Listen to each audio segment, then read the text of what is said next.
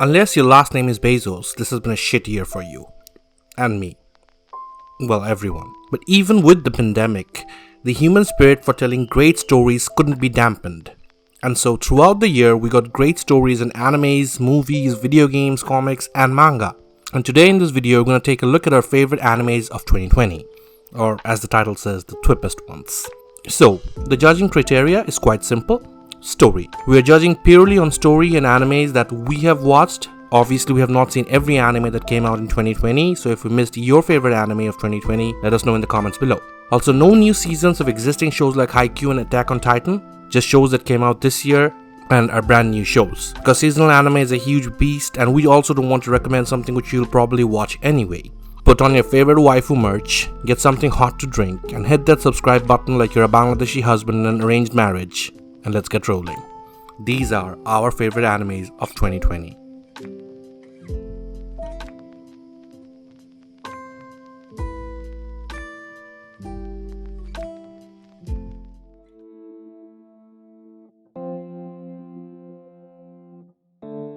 One part Gurren Lagann, 2 parts Attack on Titan, all mixed up and sprinkled with a bunch of The Matrix, then just add a tiny garnish of Monsters Inc. at the end, and you get Decadence. An anime original series from Nut, Decadence focuses on the mobile city/fortress with the same name, the last bastion of humanity who are in a constant war of attrition against the Gadol, a race of monsters that relentlessly attack humanity while also serving as the humanity's main source of food and fuel.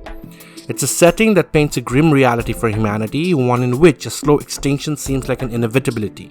I was all settled in for this story of hope against impossible odds and constant tragedy. But then the show decided to do a twist and go in a direction we were not sure we could have ever predicted in our wildest dreams. And after that mic drop moment, nothing is ever the same, and it comes at the end of episode 2. But besides the twist, the main draw of the show are its gorgeous visuals and a deep, intriguing story that keeps rolling on at a breakneck pace. It jams its foot down and it never ever lets go. It's a story about freedom while being told constantly to know your place in the world. But then again, Decadence is much more of a feel-good story than the early episodes would lead you to believe. The setting is cool as hell, the fight animation, which seems like it has a lot to thank Attack on Titan for, and all of the cast are fun, bright and likable characters. Easy on the eyes, fantastic story, great characters, highly recommended. With an ending that is definitely the best of the year and possibly of all time, Jujutsu Kaisen is our pick for the trash power fantasy of the year. A by-the-number shonen anime, it starts when Yuji Itadori, the protagonist, finds himself eating the severed finger of a demonic entity and gaining power of a curse, or a Noroi, in order to save his friends. We are reminded of Yu Yu Hakusho and Bleach in the best of ways. Aside from simply having high schoolers fighting monsters, it does add a nice twist that neither had before it. Yuji isn't simply fighting monsters to protect humanity or his loved ones, but is searching for the remaining fingers of the demon that is sharing his body and is sentenced to death by Jujutsu Tech, the very people that are offering him tutelage and a new place to live, with one of Yuji's new teachers informing him that he's going to die regardless. The protagonist of Jujutsu Kaisen is stuck between a rock and a hard place, making the series that much more interesting. Studio MAPPA is firing on all cylinders here, giving us some fluid fight scenes, amazing character expressions, and overall really smooth animation. Kaisen is easily one of the best looking shonen animes this year, and we had a lot of fun with this. Our second Studio MAPPA show on this list would be at least 3 if we counted Attack on Titan Season 4, which you know will be hype as fuck, but as it stands, Dorohedoro is one of MAPPA's latest efforts, and did they knock it out of the park again. Dorohedoro takes place between 2 worlds, in a city that's so miserable it's only referred to as the Hole, and a dimension of sorcerers that freely use the citizens of the Hole as guinea pigs for horrible experiments on black magic, right? The show has one hell of an opening hook. A giant gyoza-obsessed man named Kaiman, working as an orderly in a dystopian world of magic, is cursed with the lizard head by an unknown sorcerer, losing his memories in the process. On top of that, there's an angry-looking man living inside the back of his throat. Yeah, just bear with me. But to determine who did this to him, Kaiman bites on sorcerer's head, that's plural, and the man inside him has to say if they are the one. And so in their off hours, he and his best friend Nikaido, an expert martial artist and gyoza chef, hunt and kill sorcerers in the Hole, hoping that they'll eventually nab the right one.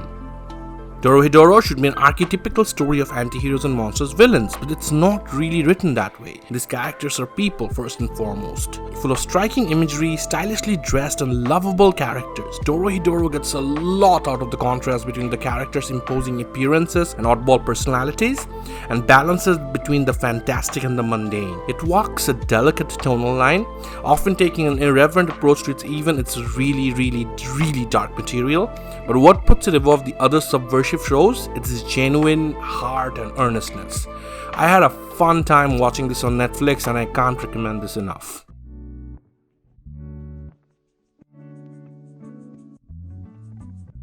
The series follows Makoto Edamura, a modern-day small-time conman in Japan, who gets swindled by French gentleman thief Laurent Thierry into following him from Tokyo to LA. There, Laurent entangles Edamura in his plot to swindle a powerful film producer/mafia don out of millions in a fake drug deal. Great Pretender manages to find a good balance between the drama and the humor, where serious or concerning things can happen without souring what makes the show so fun to watch. It's an aspect of the show reinforced through the show's art direction, exemplified in the beautifully bright and colorful posterized backgrounds that establish a lighthearted tone. This wouldn't work if the show's cast weren't as endearing and interesting as they are. Edamura is a scrappy fish out of water trying to act like he's amphibious. Then there's Abby, the gang's abrasive and fearless jack-of-all-trades muscle, Cynthia, the charismatic big sister charmer, and Laurent, who just oozes trustworthy slimy gentleman thief, and he loves it. Watching how each gang member plays off each other is a joy to behold, especially as it becomes apparent that they actually like and trust one another. The heists are fun, the art direction is fun, the music is phenomenal, one of the year's very best shows.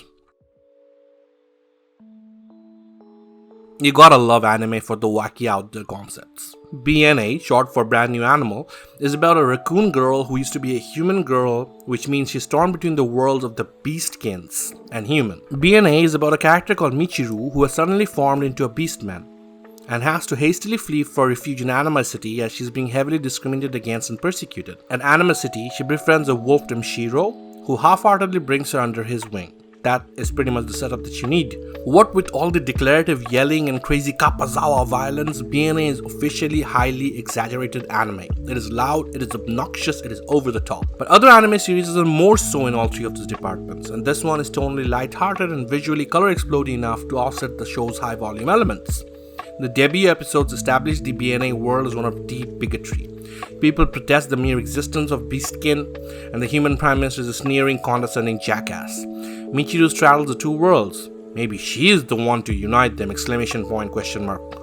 pairing her with a mysterious stoic goof like Shiro can only be an interesting dynamic. BN is a perfectly enjoyable anime with a gorgeous aesthetic and an interesting world design to keep you watching. So, those were our picks for 2020 favorite animes of the year. I know we all had a hard, tough year, so everyone here at Thwip would like to wish you a very happy new year, and we hope that you reach the greatest heights in everything that you try to do next year. So with all that said, I'm out of here.